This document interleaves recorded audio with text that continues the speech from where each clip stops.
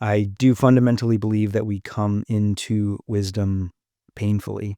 In fact, there are a lot of great spiritual teachers who believe that it's the only way to come into wisdom.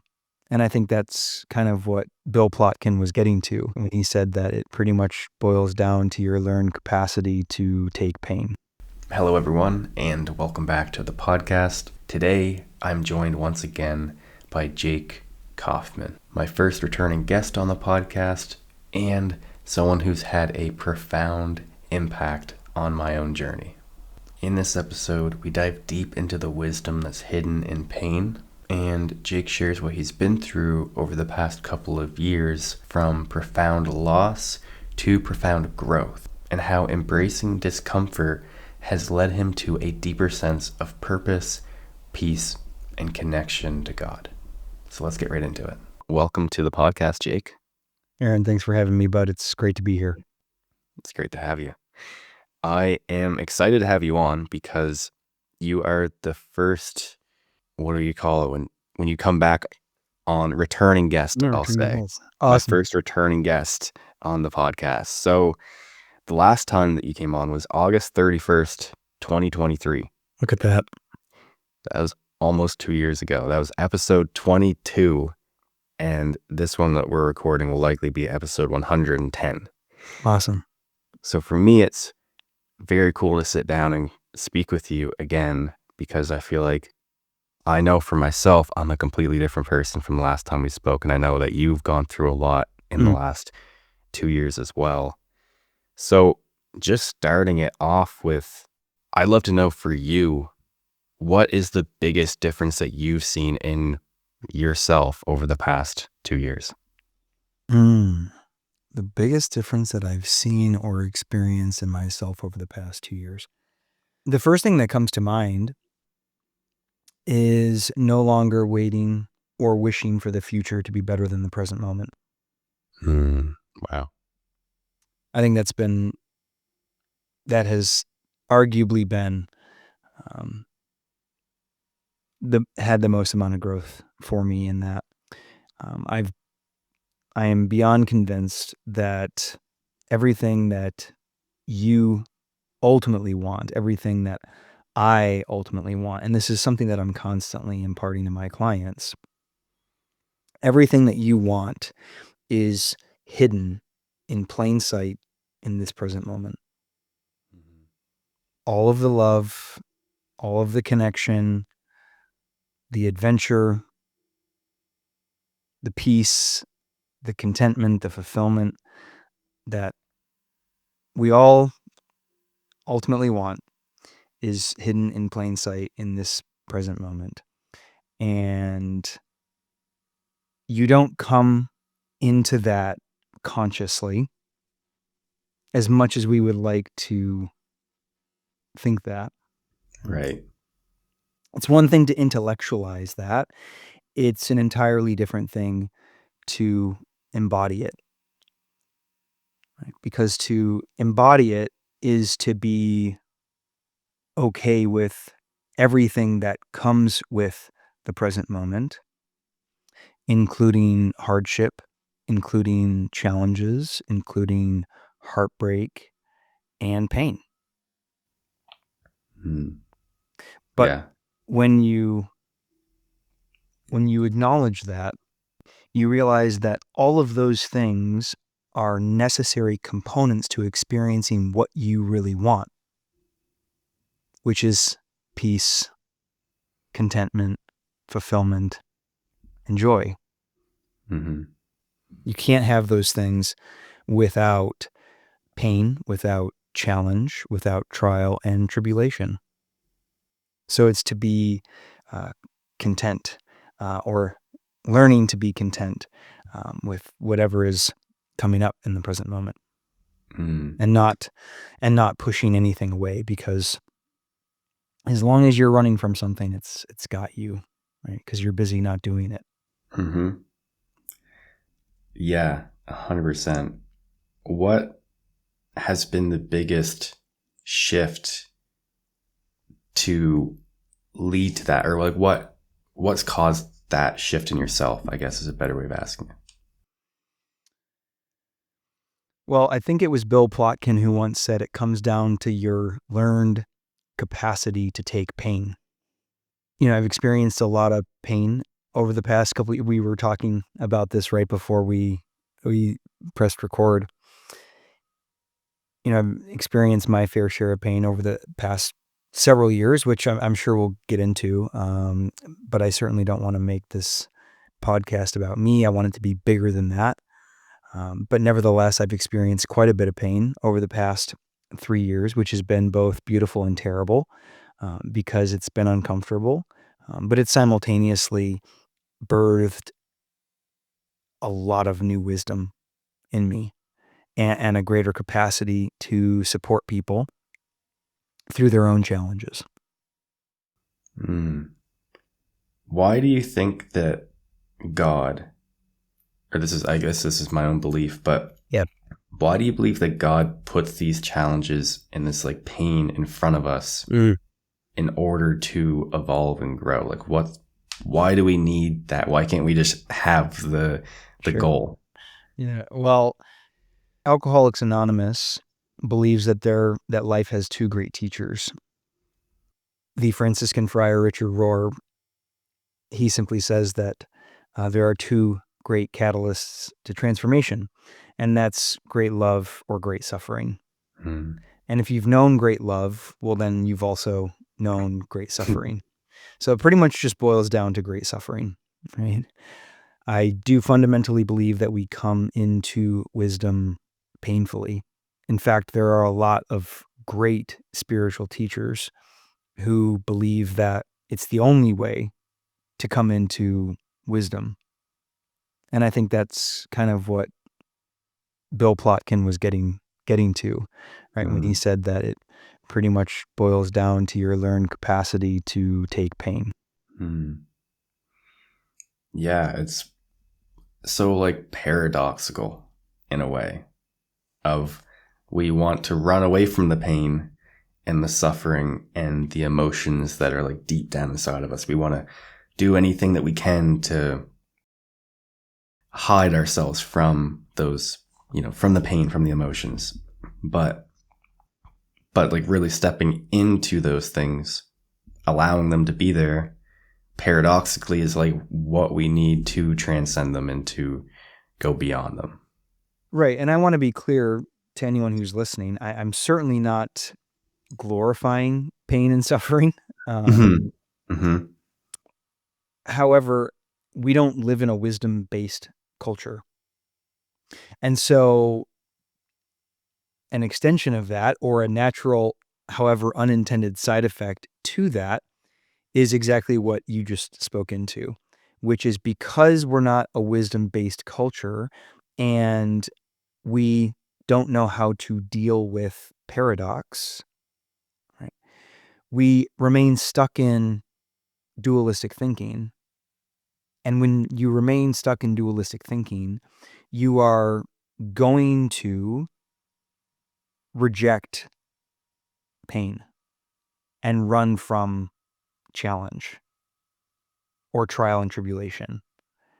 And in doing so, you not only run away from the immense amount of lessons and wisdom available to us in trial and tribulation, but you simultaneously push away the opposite of that, because everything in the universe has an opposite. We know this by the law of polarity, the universal law of polarity, that acceptance and rejection go together. Success and failure go together. So when we push away one, we simultaneously push away both of those things. And so men especially need to be initiated into paradox. And we have to be taught non-dual thinking if we're not going to run away from our pain. Which is why any good teacher or mentor or guide is going to encourage you. They're going to lead you into your problems. Right? Unfortunately, the majority of men's work or men's coaching available to men today actually guides men around their problems by seeking to create a more ideal situation, whatever that's in regards to. Mhm. So what's the difference between like the way I view it is like a toxic masculinity, we'll say, of like the Yep. hustle culture. Hmm. What's the difference between like that and then like a healthy approach Hmm. to, overcoming your challenges?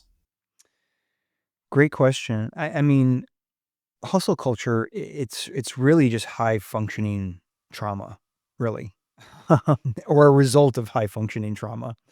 Um, but I've been doing this for almost 10 years now, and I can say pretty much unequivocally that the push, push, push, go, go, go, do, do, do mentality that is very pervasive in hustle culture is really just an unconscious attempt for people to claim victory over their pain.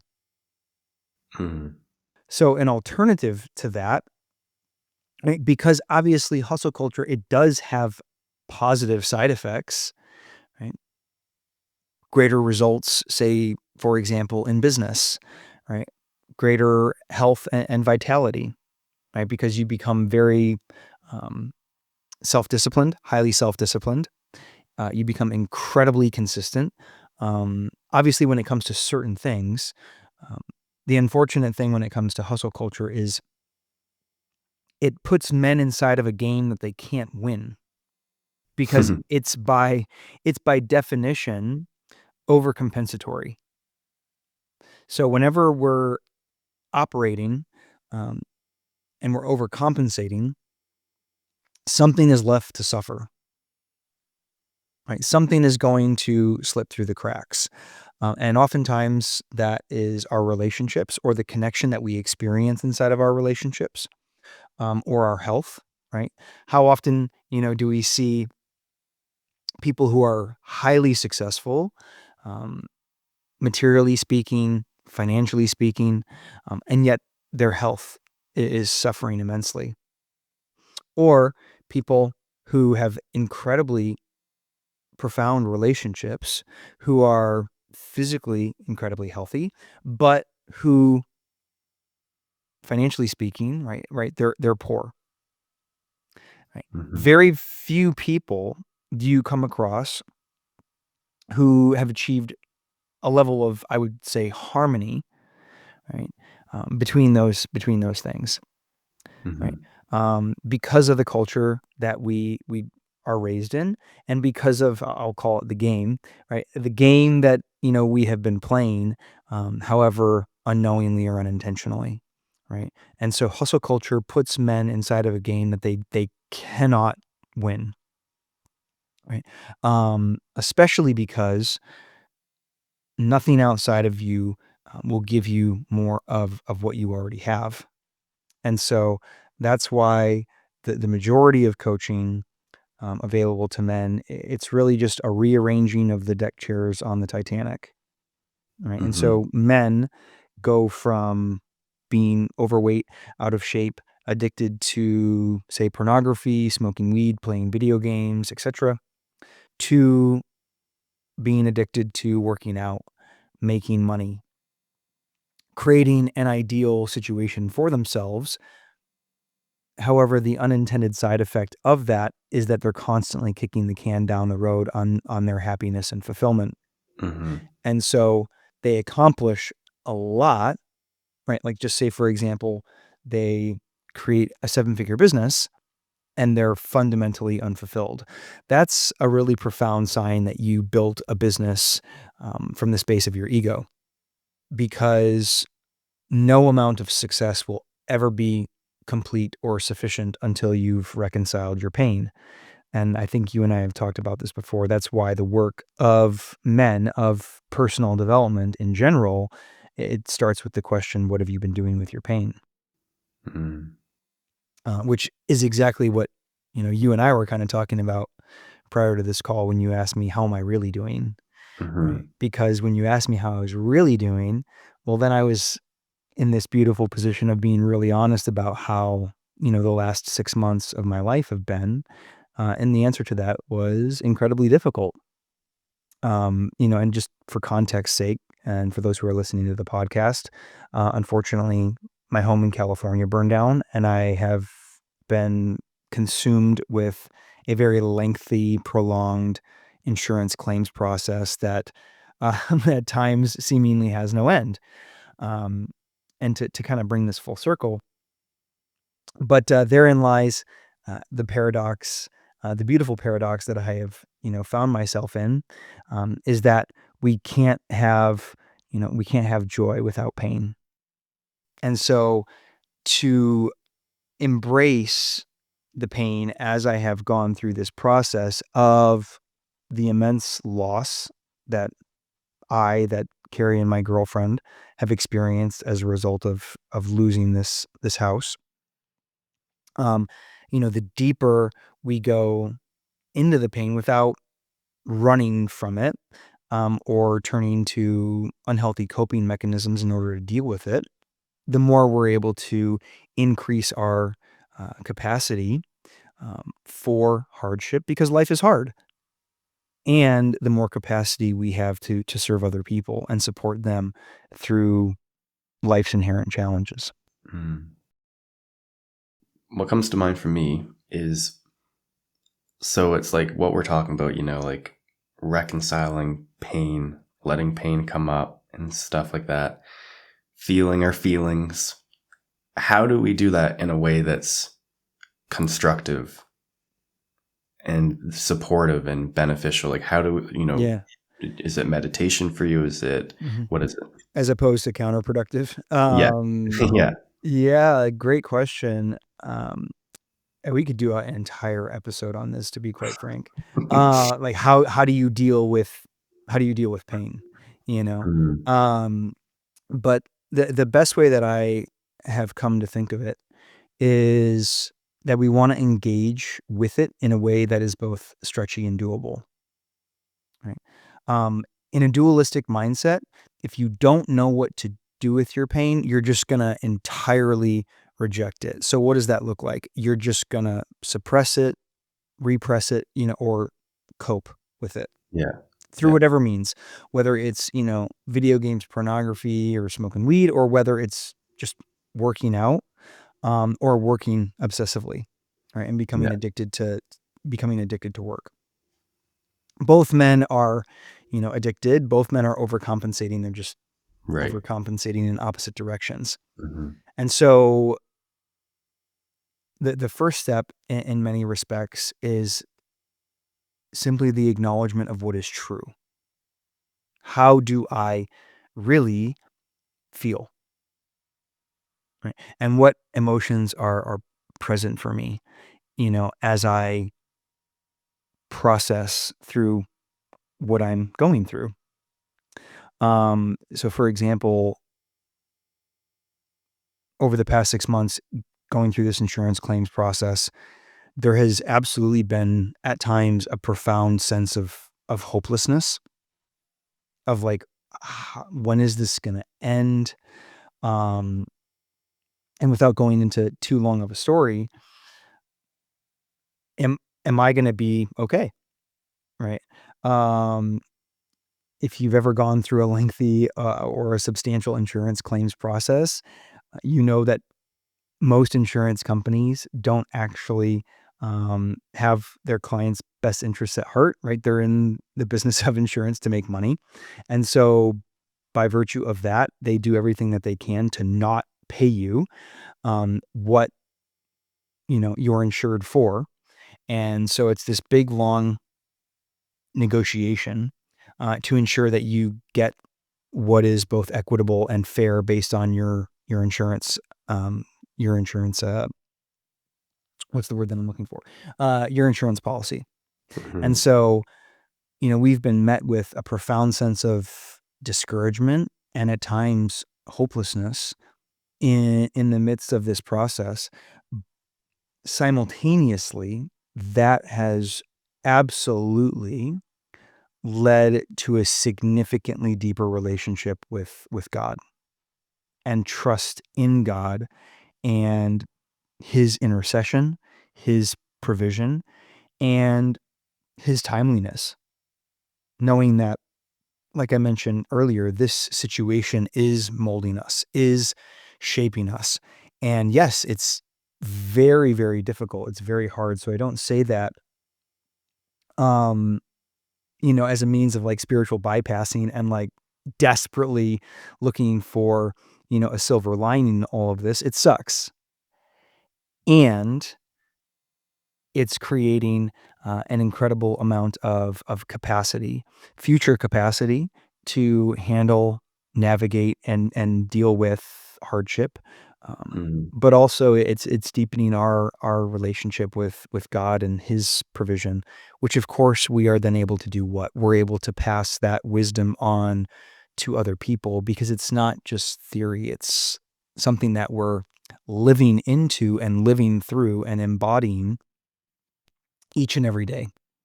Mm. Yeah. So we want to engage with pain or discomfort in a way that is both stretchy and doable, but not straining or debilitating, right? The definition of trauma is anything that's too much, too soon, too fast. And so if you lean into the discomfort too much, you run the risk of re-traumatizing. And so I certainly don't want to make coping mechanisms wrong, because a coping mechanism, by definition, is in an attempt to solve for pain. And so, right, we do need to have some type of mechanism, or probably a better word for that would be resource, right, to help us navigate hardship, trial, and tribulation. It's just a matter of what are the side effects, right? What are the side effects to that? Obviously, I think we can look at things like pornography or drinking or smoking marijuana. We can look at those things, and I think we can pretty pretty rapidly determine, right, the negative side effects of those things. Mm-hmm. Um, at the same time, right, there are very profound negative side effects of overworking, right, which can lead to burnout, which is going to absolutely rob you of your ability to be present, to connect with your friends, with your family, with your children, for example. And then you have something else that you need to cope with, right? um, Mm-hmm.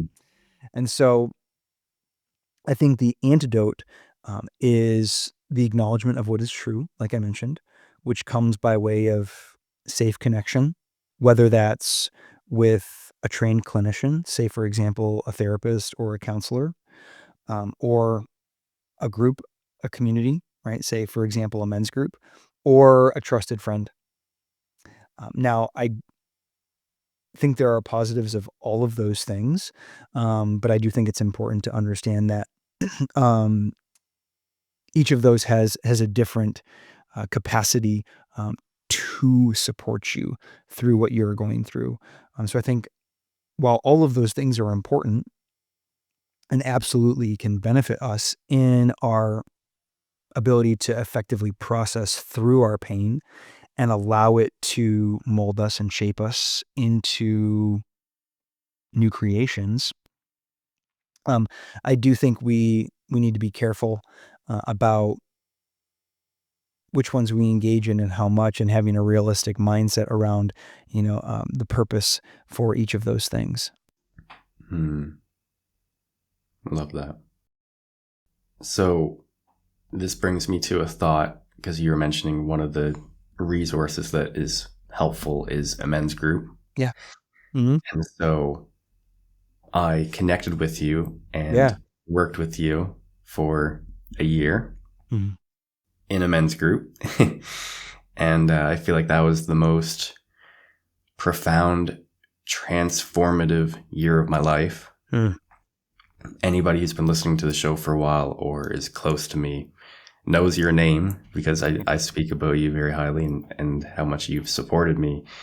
And just everything that you're speaking to, like when I came in, I didn't know how the hell to manage my pain. And I didn't Mm. even know that I was in pain, Yeah. because I was so hard into like the hustle, and just, just, it was so normal to me to overwork, but then to suppress and numb all of my emotions that I was feeling, where like every weekend I was just drinking and smoking and, you know, just numbing my life away.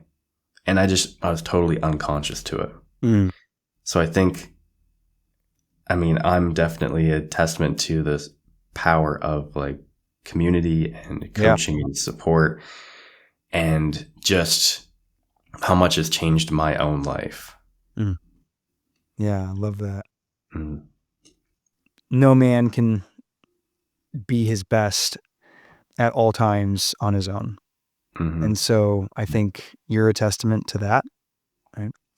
That there's power in numbers, there's power in community. And yeah, I just acknowledge you for the work that, you did in your time spent, in our men's group, because right, there's the work and then there's right, how you show up to it.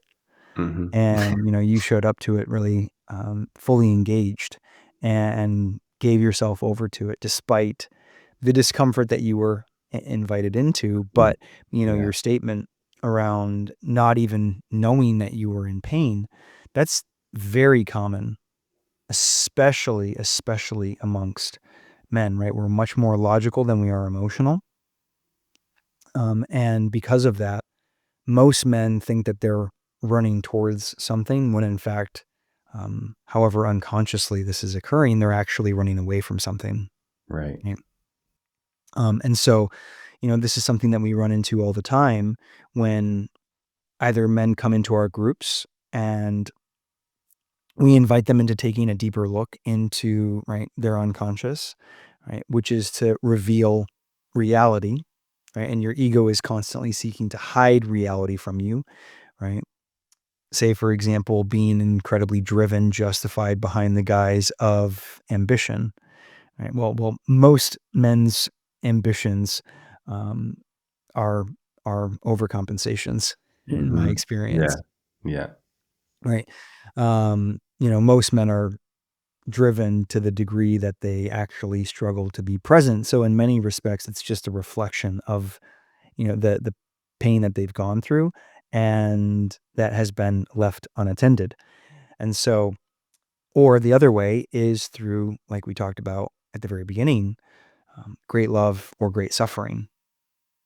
Men are brought, face first with the reality of who they are, the reality of their pain when when they encounter one of those two things. We typically hear about when people hit rock bottom, right? And we've almost kind of come to glorify it, you know, especially like the bounce back, which I think there's something to be said for that in terms of resilience and developing the resilience and the internal capacity to navigate hardship and bounce back from it, right? To hold true to a vision, whatever that vision is for you, such that when that season of hardship is over, um, other people stand to benefit from it, right? And everything that you've gone through, which, like I mentioned before we pressed record, is absolutely the light at the end of the tunnel for me through this whole insurance claims process, is being able to then use what I've gone through to benefit other people. But great suffering in many respects is the thing that does it for especially for men, right? We seem to need kind of a whop over the side of the head to kind of wake up um, and do something, right? Do something about our pain. Mm. Yeah. Like I know for me, it was first, first was being cheated on from like a long-term Yeah. relationship. That was the big smack in my head of like, oh fuck, maybe I need to Yeah. look at myself a little bit. Yep. And then, yeah, and then the loss of my father, Mhm. realizing that was like a big transition from me from like boy into manhood. Yeah. Of like, okay, now I don't have a father here to father me. Like, okay, now I need to step up. And then that was when I came across you, and your program was right in that transition, I think. So Yeah. like I always tell people there was three big like before and after turning points in my life. It was being cheated on, my Mhm. father passing away, Yeah. and then working with you. Like the Yeah. before and after. Yep. I'm this person, this happens, then I'm this person. All of which involved significant pain, Yeah. right?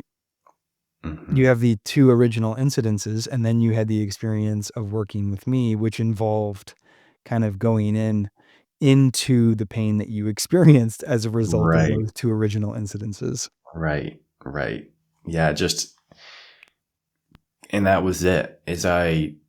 Like we were saying before, I was unconscious to it. And it's like, is it Carl Jung who said, until you make the unconscious conscious, it'll continue to run your life and you'll call it fate. Yes. Yep. And that's what would have happened for me. I just would have been a guy who lost my dad or a guy who was Yep. cheated on. And that would have been my story. Yep. And I could have just played that tape Yep. and it would have just led me to whatever outcome that would have led me to. But likely out of, it probably would have been like a few years down the road till I like tripped over something else or had something else big come up, and it would have been another smack in the face of like Yep. God kind of being like, dude, wake the fuck up. Yeah. Yeah. The adaptations and overcompensations that then stem from those, two painful experiences of being Hmm. cheated on and then losing your dad. Hmm. And that's kind of the loop that a lot of men find themselves in, which is why they can go on to accomplish some really incredible things and yet still experience this profound lack of fulfillment, and they don't know what to do about it. Hmm. Not only do they not know what to do about it, but they don't even know why it's there. Right. And they're like, they just kind of look at the world around them and they're like, okay, I've checked all the boxes. I've, achieved everything that I set out to accomplish, but why do I feel this way? And that's a very hard reckoning that a lot of men experience, especially in a culture that is addicted to speed and addicted to performance and addicted to achieving an ideal. Again, that is putting men inside of a game that they cannot win. Yeah, it goes back like you were saying before when I asked you what your biggest shift has been over the past like 2 years, and it's not projecting the future as being something that's better than the now. It's like the now is all that we have. But I feel like this goes to what we're speaking of with men. It's always that projected out into the future of like, once I accomplish that, once my business hits 7 figures, then like everything will have been figured out, everything will be good and stuff. And then they just kind of set everything else to the side Mhm. while they get there, and they get there to the top of the mountain and then they're looking around like, where's this happiness that I was looking for? Like Right. it's not here. Which is supposed to happen, right? You mentioned Carl Jung, he was really the first to talk about the two halves of life. Um and the first half of life, it's all about self-actualization and individuation, right? Making something of myself. So the dominant focus is on success, accomplishment, and achievement, which proves to be a very empty game. And that's kind of the thing that then, wakes us up to who we have become, right?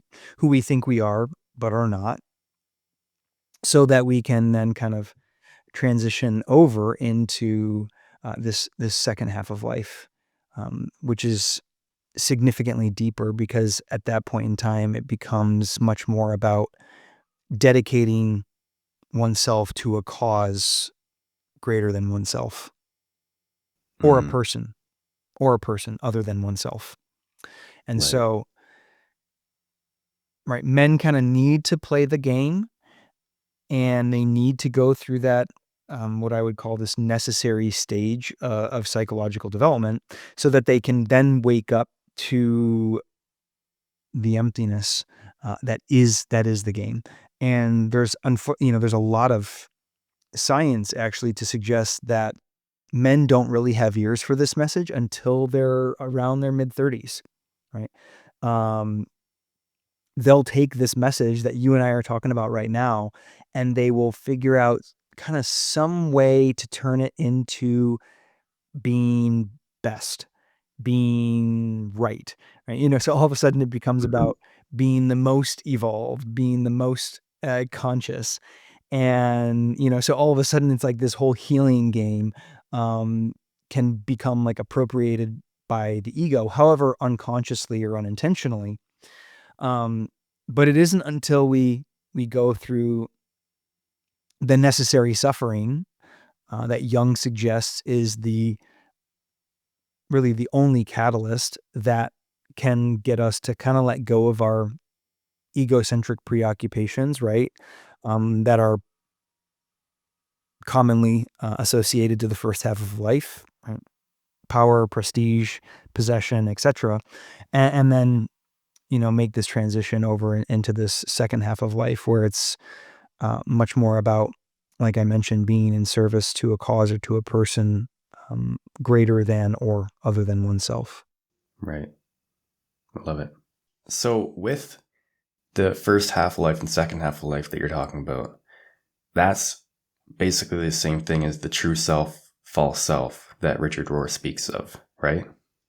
Yes. Yeah. It was actually Thomas Merton who kind of originally um, provided us with that verbiage, true self, false self. But yeah, the task of the first half of life is to create your container, as Jung puts it. And the second half of life, right, that being the false self. And the second half of life is determining the contents that go inside of that container. Right. So this is the realization or the return to the true self, who you really are, but have simply forgotten. Hmm. A few months ago, you recommended that I listen to that book, and I've listened to it probably 3 times since. Yeah, it's incredible. Yeah, it's like, it spoke to a lot of stuff that I deep down knew already, but felt like I forgot. Like I don't want to say none of it, but a lot of it, like it didn't feel like new information. It was just like it was right there in plain sight, but I just couldn't see it before he kind of painted the whole picture. Right. And yeah, I think of it all the time when I catch myself in times of doing something. Maybe I'm like harsh on myself, judging myself, critical, and I can kind of zoom out and realize that that's just my false self. It's not Mhm. me. Which is okay.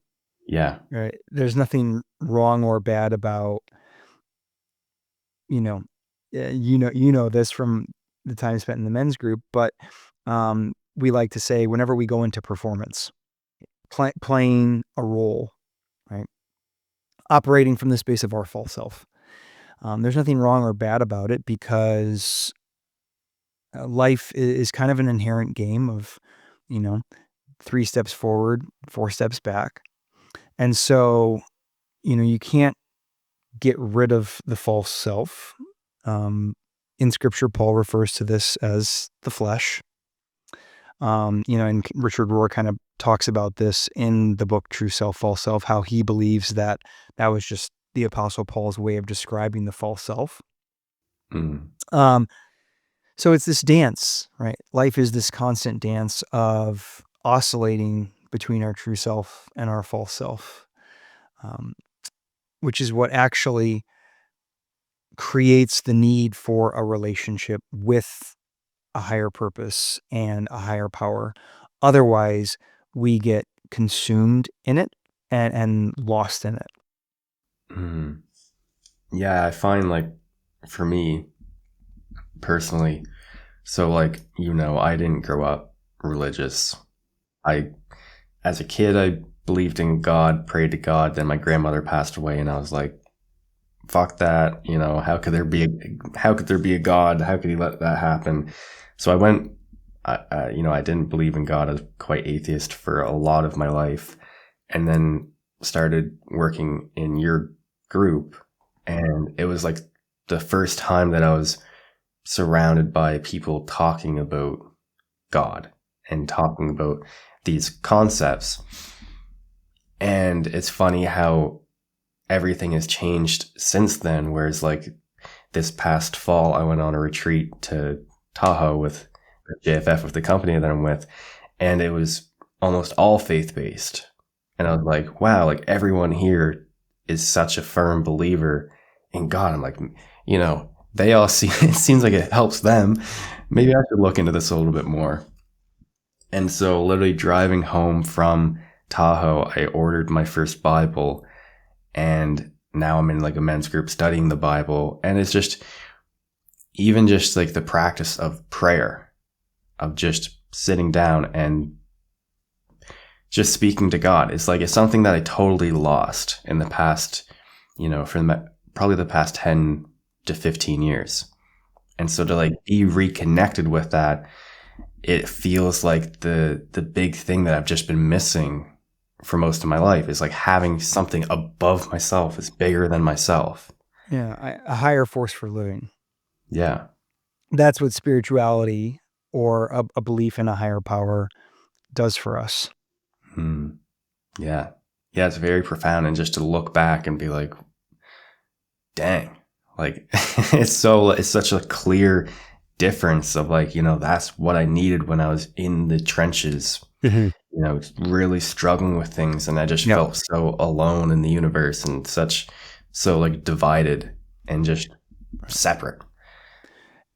Right. Which is what the false self is primarily consumed by. It's Right.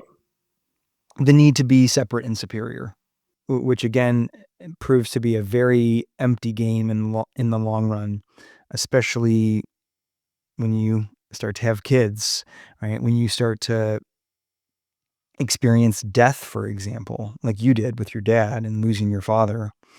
Um, Performance, achievement, right? They don't have answers for that, right? And so we need something bigger, Hmm.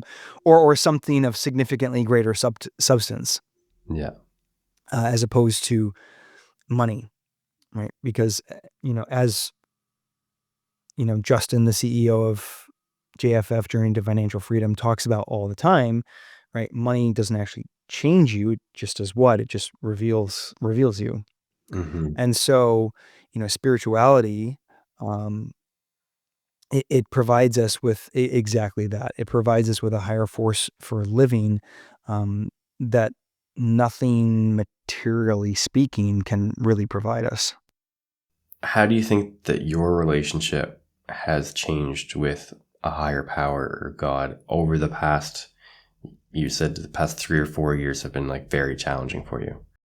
So the concept of consecration is something that I keep coming back to, which is consecrating myself, my life, my business, my finances continually over to God. And that has led to an incredibly profound sense of peace because prior to having done that, of course, the pressure was all on me to produce, to provide. Um, but then, you know, once I give my life, once I acknowledge that my life is not my own, my life is God's, that I am God's, well, then it takes the pressure off of me and it puts it into God's sovereign hands. And Hmm. by it, I mean my ability to provide for myself financially, my capacity to navigate and kind of get through hardship and seasons of trial and tribulation, right? It takes it all off of my plate. And obviously, I'm kind of oversimplifying this, as if I don't struggle with this because I do. But it takes the pressure off of me and it puts it into God's sovereign hands. Is that something that you've just recently started doing, or it's something you just recently started leaning into more? I would simply say leaning into more. So, for those who are listening, to put it into context, I am dominant in Enneagram Type 7, which is known as the enthusiast. If you're unfamiliar with the Enneagram, the best way to think about it is it's a personality assessment. Obviously, you and I know that it's so much more, it's much more deeper than that. Excuse me. It speaks much more to your soul's essence, right? Who you are and who you are created in Christ. But the childhood wounding message of the Enneagram Type 7 is that I'm all alone when it comes to meeting my needs. And so sevens are notoriously known for being hyper independent and self-sufficient because of that wounding message. And so throughout the past couple of years, as I have, navigated a traumatic brain injury, losing my coaching business, rebuilding that coaching business, pivoting that coaching business from being focused on business coaching and supporting coaches in making more revenue and bettering their business to supporting men, right, interpersonally speaking. All of that has been an exercise in trusting God and deepening into trusting God, right? Because, trust, it absolutely, and surrender, it exists on such a massive spectrum. It's just like risk. The more I practice taking risks, the more I develop the internal resilience and capacity to take on more risk, right? Um, because, right, risk activates us, right? It brings up all of our doubt, all of our fear, all of our insecurities. And I think we can safely say that other people are significantly better at navigating risk, taking risk, and metabolizing risk in their nervous systems. Why is that? Well, it's not like they were born that way. Typically, we work up to that, because we start by taking, little risks, and then we take even bigger risks, and then we just continue taking bigger and bigger risks because we've developed within ourselves a capacity to manage it, to hold it, and to metabolize it. And so I think this is exactly the same when it comes to trusting God, having faith in God to support me through hardship, right? That it's most certainly a muscle. And so the more I lean into that, the more I act as if it depends on me while simultaneously praying as if it depends on God, well, then the more I invite God in to be this kind of co-creator in my life, my business, my relationships, right? And so the more I practice that, the more I resist the temptation to, right, kind of, I need to make things happen, right? Which is just to say, the more I resist the temptation to force things, right? Because whenever we force things, I'm not going to say always, but we typically end up making things worse, right? Mm-hmm. If you've ever gone to the gym, you probably have experienced this. Whenever you try to push it too hard, you tend to injure yourself, you know? Um, and so the more I resist the temptation to do that, the more I lean into trusting God and inviting God in, um, asking God um, to meet my needs. Then I invite him in, right? And I engage in this divine dance that over time I become more proficient at. Mm. Just like with my fitness, the more frequently I go to the gym and the more I prioritize my diet and my nutrition, right, the more proficient, right, I become when it comes to my health Right. and when it comes to my health and fitness. And the same thing is true when it comes to our relationship to God and to the divine, and our dependency on God and the Yeah. divine. Do you have a regular practice, or is it just something that's kind of front of mind often that you lean into? I love that you asked this question. I was actually talking to, Justin about this recently. I think prayer and reading scripture, I think there are very few more effective spiritual practices than those two things, right? Especially if we think about cultivating a deeper relationship with God, right?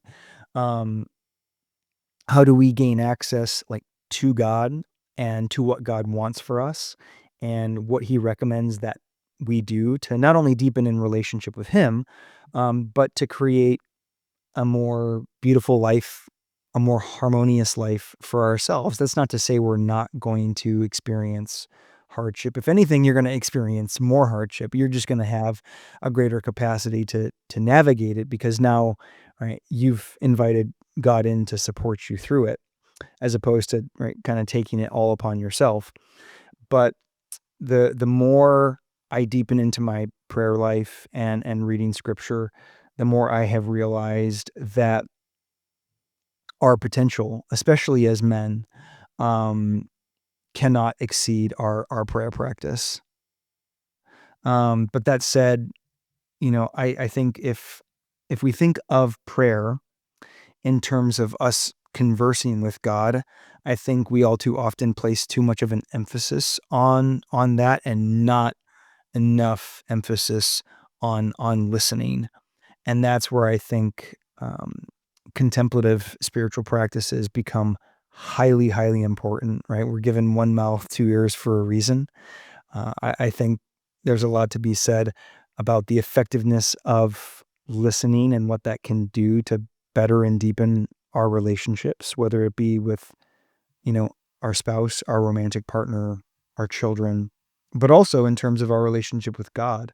And so, even though I heavily prioritize prayer and reading scripture, over the years, I've come to prioritize meditation and more contemplative practices, silence, solitude, stillness, actually more than prayer, because it provides me with the space that I believe we all need to open our ears to listening to what God is trying to say to us.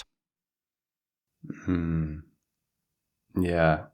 I think, or I guess I'm curious in terms of like contemplation practices. Mhm. What does that look like for you? If you were going to sit down, are you setting a timer? Are Yep. you, yeah, I'm just curious what that looks like for you. Do you sit with a question or a topic or something on your heart? So I meditate consistently and have for 10 years now, um, 30 minutes every morning. Sometimes I will kind of bring a question to that 30 minutes.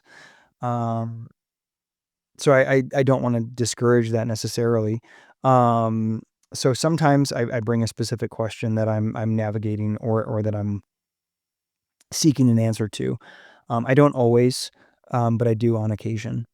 Um, but then I often engage in things like retreats, you know, once or twice a year where there's much more prolonged periods of engaging in silence, solitude, and stillness.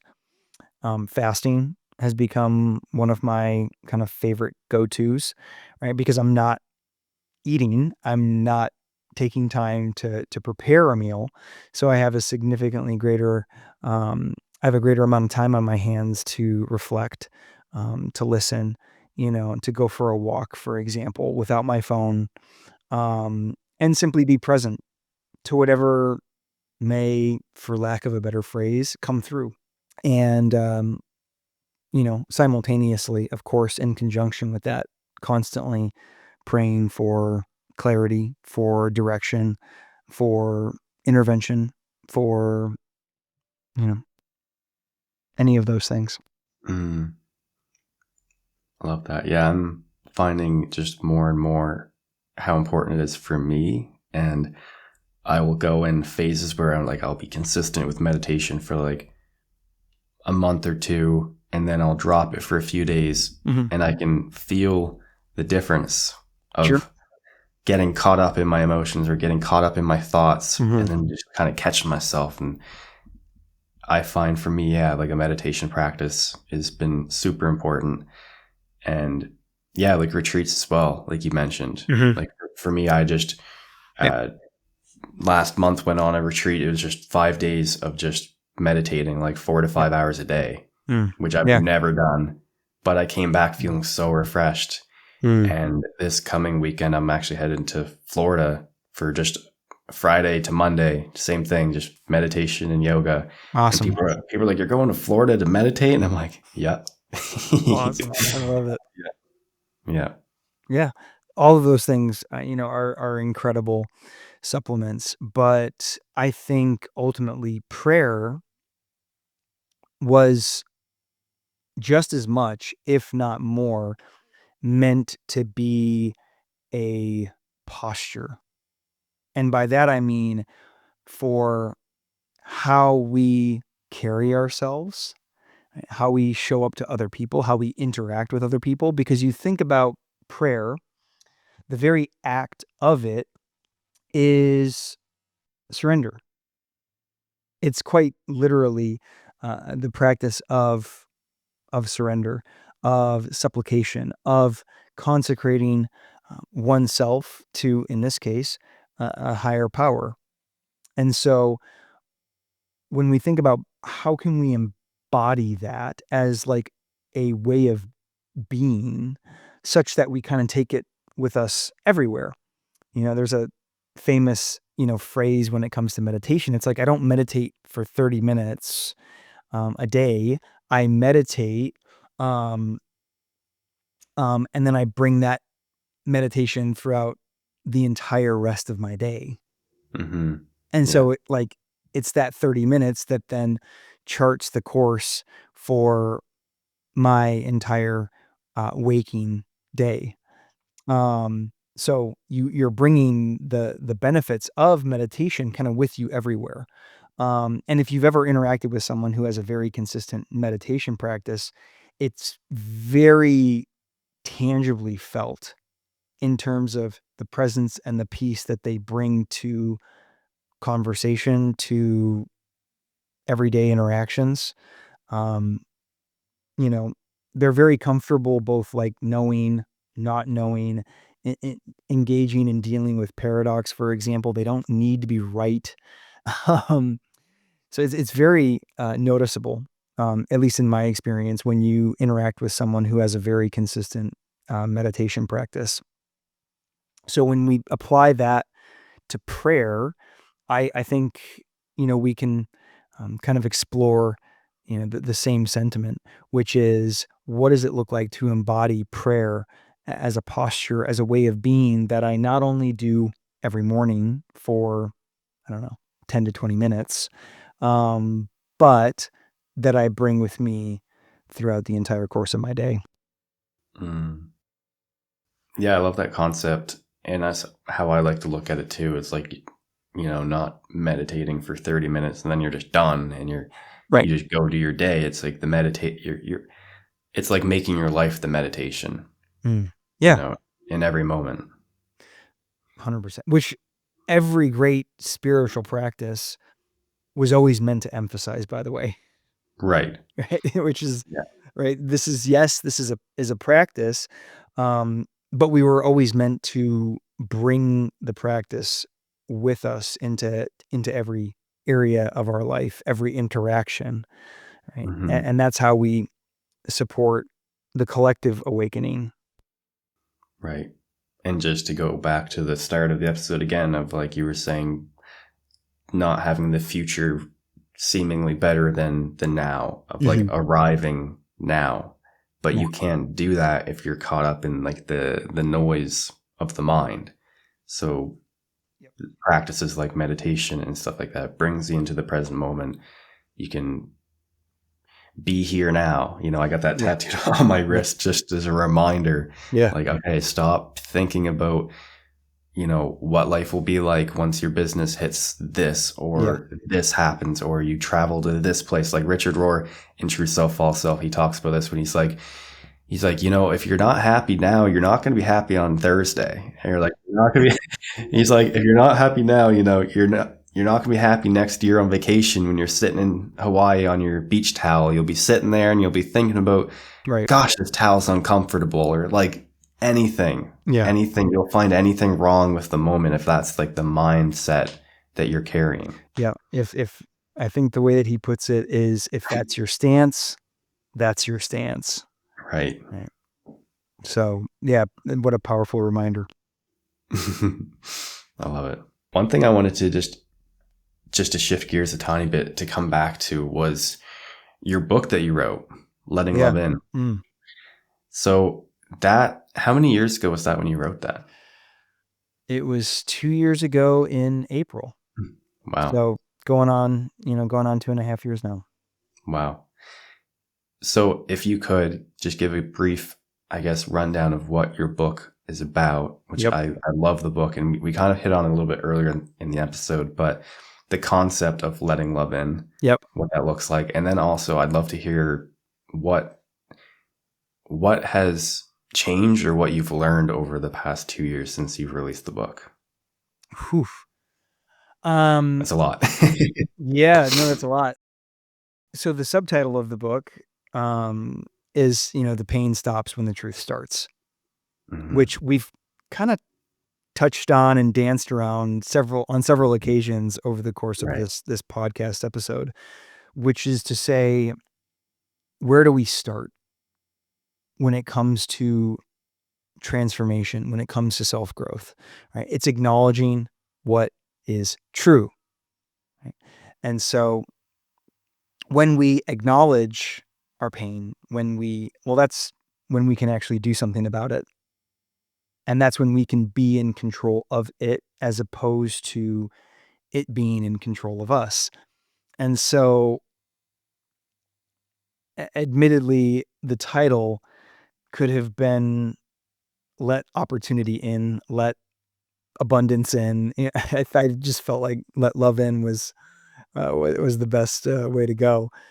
Mhm. Um, so when we think about inviting a greater degree of any of those things into our life, whether it be love, abundance, opportunity, presence, it kind of begins and ends with uh, the extent to which we have engaged with our pain, such that it's no longer holding us back, specifically holding us back from experiencing a greater degree of those things.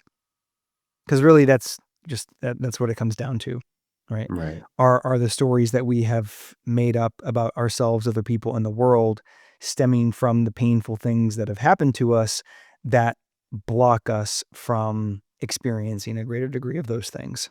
And so that's really why I wrote the book. It was, the story of my awakening, of coming into relationship with who I had become, who I thought I was, but I'm not, and inviting other people to ask themselves the very questions that I was asking myself at the time, trusting that those questions would ultimately open them up to experiencing a greater degree of growth.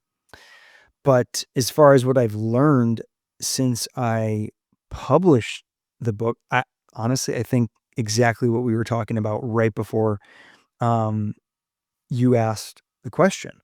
When you kind of joked about how Richard says, if you're not happy today, you're not going to be happy on Thursday. Um, when I finished the book, I didn't feel any different. I simply returned to who I was up until that point in my life. And in many respects, that contributed to the greatest lesson that I've come to both learn and embody over the past couple of years, which is no longer waiting for the future to be better than the present. Because if I'm being honest, when I started writing the book, because I started writing the book about 4 years prior to publishing it. So 2019, January of 2019. So 6 years ago, 6+ years ago now, 6.5. At the time, I absolutely thought that I would experience this life-changing type of fulfillment upon publishing a book. And I did, you know, and at the same time, I didn't. There was absolutely an incredible amount of sense of accomplishment and personal pride in putting so much time, energy, and effort into something to then see it like literally, you know, be brought into reality. And at the same time, um, I did not experience, what I thought I would at the very beginning, which was, this notable increase in personal fulfillment. I simply went back to what I had most consistently practiced up until that moment. And so uh, when you think about that, you realize very quickly that happiness, uh, it's a practice, right? In many respects, it is a choice. Um, it's a day-to-day choice, one that we have to constantly, choose into. And so I think that has been by far and away the most kind of profound lesson that I've come to since publishing the book. This realization that, nothing outside of me can give me more of what I already have, because I am love. I am happiness. I am fulfillment, as are you, as is anyone listening to this episode. And so publishing a book, publishing a second book, um, you know, experiencing an incredible amount of career success or material wealth, none of it in the end is actually going to shift anything for us um, when it comes to matters of the heart. Yeah, I really resonate with the concept of like no longer waiting for the future to be different. Because I stumbled over that time and time and time again with every, we'll say, like major milestone in my life where I had a goal, I accomplished it thinking that it was going to bring me some like level of fulfillment or Yes. whatever, only to like, yeah, for a week or whatever, a week or a month, but then it just kind of runs off. Yeah. And then you're back to the same thing, looking for like the next thing that's going to give it to you. Yeah. It was everything. It was like, originally it was me graduating college and getting a power engineering ticket. And I Yep. got that. And it's Yep. like, all right, cool. Now once I get the job, I'll be good. And then I got the job. And then it's like, all right, now once I get a new truck, and I bought Yep. a new truck, and it Mhm. just kept going. And I kept, I got in the truck. It was awesome. And then it was like, all right, now what? Yeah. And Right. then the Exactly. next thing and the next thing and the next thing, Yep. always. Who am I now? Who am I now? Yeah. Yeah. Yeah. So, that's definitely probably been my biggest takeaway just over the past, many years as well, is really, really, and you mentioned it earlier too. It's one thing to know it logically, but it's a different thing to experience it and to embody it. And I Right. know for myself, I'm in and out, Yep. I catch myself in it Yep. and I'm good and I'm here and it's just, life is just enough and it's so good. And then something, I'll be in, tomorrow afternoon and I'll be doing something else and it'll be like, dragging myself to this next thing. And Well, the only way to become effective at it is to be wildly ineffective at it. Yeah. Mhm. And it's the same for golf, for example, because you and I both have a shared love for golf. It's like you become effective at golf simply by willing to suffer Right, through being wildly right. ineffective at it for however long, because it takes what it takes, right? So, for everyone, it's different. My best friend Klaus and I laugh about this all the time. He has basically been at the exact same skill level at golf for about 5 years or so, and I have noticed a significant level of improvement in the last 5 years. Um, he gets discouraged by it. Again, I have the conscious awareness to say, you know what, it takes what it takes. For me, I've experienced that as it pertains to several other things, parenting being one of them. But yeah, we become effective by being willing to suffer through being wildly ineffective at it for a period of time. And it's by going through the journey that you talked about right now, right? Out and back. That's the pattern. Mm. You know, to reference true self, false self again, Rohr talks about and specifically points out the 3 parables in the Bible that are all about that: losing and finding, right? Forgetting and remembering, the parable of the lost sheep, the lost coin, and the prodigal son. All 3 of those parables, they're all about, right, out and back, forgetting and remembering. Right? And we, fundamentally speaking, are no different, right? We will oscillate between our true self and our false self. How do you learn to embody the true self? Right? By continuing to give yourself over to the sins of the false self and realizing that, like, oh, these are wildly empty when it comes to meeting my deeper need for significance and for wholeness. Mm.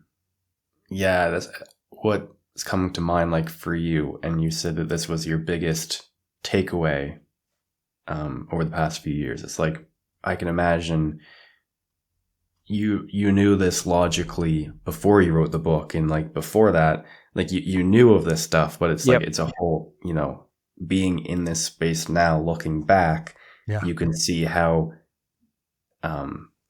maybe more connected you feel to the moment now. Well, experiential knowledge is total knowledge. Yeah. So we don't really know something until we have, right? We've lived it. We've gone through it. We've metabolized it, right? We've soaked up the lessons, and we change. Hmm.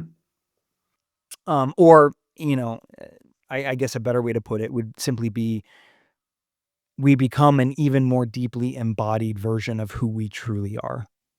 Right. Right? We no longer kind of give in to performance, right? And you'll forget, and I'll forget, and that's fine. But you become more proficient at it over time.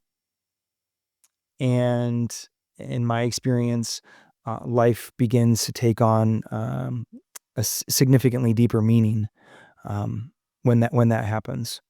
And so, yeah, the only way to really come into that, like we talked about uh, in the beginning, is to suffer, right? How do we come into wisdom? Painfully, right? You got to get it wrong. You Yeah. got to get it wrong, and you got to screw it up, and you got to betray yourself, and you got to sabotage, such that you, right, learn everything that that comes with screwing it up and sabotaging yourself, or pushing away love and opportunity for you to finally do what? Let it in. Right. And to even speak to other people and to try and explain all of this is like you can tell people about what we're talking about, but it's like the same thing. They have to go down their own journey. They have to experience it themselves. Yep. It's like, with any spiritual teaching, I always hear that it's like, it's all just road signs pointing to it. None of it's actually the thing. It's like you can't actually speak about God, and there's, it's like the indescribable, and it's like trying to explain this to somebody who's just never experienced it. This kind of falls on deaf ears. Well, because the true self doesn't feel like anything. Right. Because when you have nothing to prove and nothing to protect and no Yeah. need to posture, well, then what do you do? Yeah. What do you do? Right? The false self feels kind of helpless, right? Yeah. Who am I without my ambition? Who am Yeah. I without my need to be someone? Yeah. Who am I without my goals? Mm-hmm. Without my material possessions, right? And that's why it is, right, the true self in many respects is indescribable, because I'm describing no thing Right. by describing like the original thing. Mm-hmm. Right. And that's why so many people have a hard time accepting it. But boy, what a beautiful journey. Yeah. I mean, it's a whole other can of worms that I'm not going to open right now, but I know Richard Rohr talks about, like, with the church and Christianity, Yep. and how, like, what we're talking about and what Jesus talked about, it's like no thing, but he's like, how do you sell that? How do you sell that to people? So Yep. then that's where there's been so much like maybe misguidance, or I don't know how to explain it, but with the church, Yeah. that's been lost over the years, because it's like, trying to maybe control people or whatever that is. Like I say, a whole different can of worms. Right. Well, But which is why most religion, it comes down to earning, right? Performing, yeah, the avoidance of little bad actions, because right, that's very tangible. right, That's very measurable. The problem is that you're constantly like taking your internal temperature, you know. So it becomes kind of self-consuming in that respect, right. um, whereby you become consumed with your own, performance and your own behavior, as Mhm. opposed to like, what am I here to do, Yeah. and who am I here to serve? Right? We were always meant to break out of that. That what Rohr, I believe, terms first stage morality, Mm, right? Where our connection to God, it no longer becomes about, you know, my behavior and what I'm doing, but right, who I'm being, right. and my heart. Mm. And that's the shift. 100%. Awesome, man. Well, if listeners remembered only one thing from this conversation, what do you hope that would be? I think what I said at the very beginning, which is the reminder or the realization that everything that you've ever wanted is hidden in plain sight in this present moment. Boom. I love it, man. I Great love to it. be with you today. Yeah, it's awesome to have you on. If anybody wanted to connect with you deeper, how Yeah. could they find you? Best place is Instagram. I am Jake Kauffman. That's spelled Kauffman. Otherwise, you can always pick up my book for some deeper thoughts, which you mentioned earlier. It's Let Love In by Jacob Kauffman. You can find it on Amazon. Again, that's Kauffman. Awesome. Yeah, I'll have all your stuff in the show notes. Thanks so much, bud. Awesome, man. All right, well, appreciate you coming on. Yeah, thanks again for the conversation.